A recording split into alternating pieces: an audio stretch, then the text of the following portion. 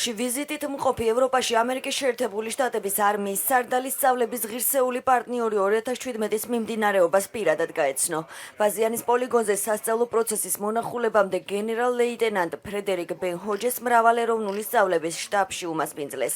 ამერიკელ გენერალს სწავლების გეგმა, ქვედანაყოფების ჩართულობა და გამოყენებული ტექნიკის შესახებ ინფორმაცია მიაწოდეს. მოგვიანებით ბენ-ჰოჯესმა საწვრთნელი ველები დაათვალიერა და ყველა მონაწილე ქვეყნის სამხედრო მოსამსახურეებს გაესაუბრა. მან სწავლების მიმდინარეობა დადებითად შეაფასა. საქართველო ბოლო ქვეყანაა, სადაც ამერიკელი გენერალი ევროპაში ამერიკის შეერთებული შტატების არმიის სარდლის რანგში ვიზიტს ახორციელებს. სტუმარს თავდაცვის მინისტრი და გენერალური შტაბის უფროსი უკვე შეხვდნენ. ძალიან მნიშვნელოვანია მისი ვიზიტი და მოხარულები ვართ, რომ დღეს ჩვენ ამ ღირსეული პარტნიორი 2017-ის სწავლების პროცესს გაეცნო. დღეს მას ჩვენ გავაცანით სწავლების გეგმა. მან თვითონ მოინახულა საწვრთნელი ველები, გაესაუბრა ყველა მონაწილე ქვეყნის სამხედროებს. ძალიან კმაყოფილი დარჩა და ჩვენც კმაყოფილები ვართ მისი ვიზიტით.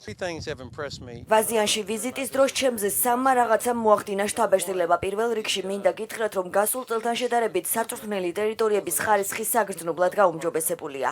სამუშაო, რაც მათ განახორციელეს, ნამდვილად ადასტურებს, რომ ქართველმა და ამერიკელმა სამხედრო მოსამსახურეებმა სწავლების ორგანიზების კუთხით პროგრესს მიაღწიეს. უნდა აღინიშნოს ის სერიოზული მიდგომა, რასაც ქართველი ჯარისკაცები იჩენენ. მათ ყველაფერი გააკეთეს იმისთვის, რომ სწავლების სცენარი კარგად წარმოედგინათ. შთაბეჭდილება მოახდინეს საკუთრივ ჩემმა ჯარისკაცებმა სხვადასხვა ქვედანაყოფიდან.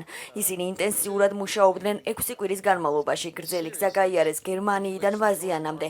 მათ შეინარჩუნეს ენერგია და მზადყოფნის მაღალი დონე.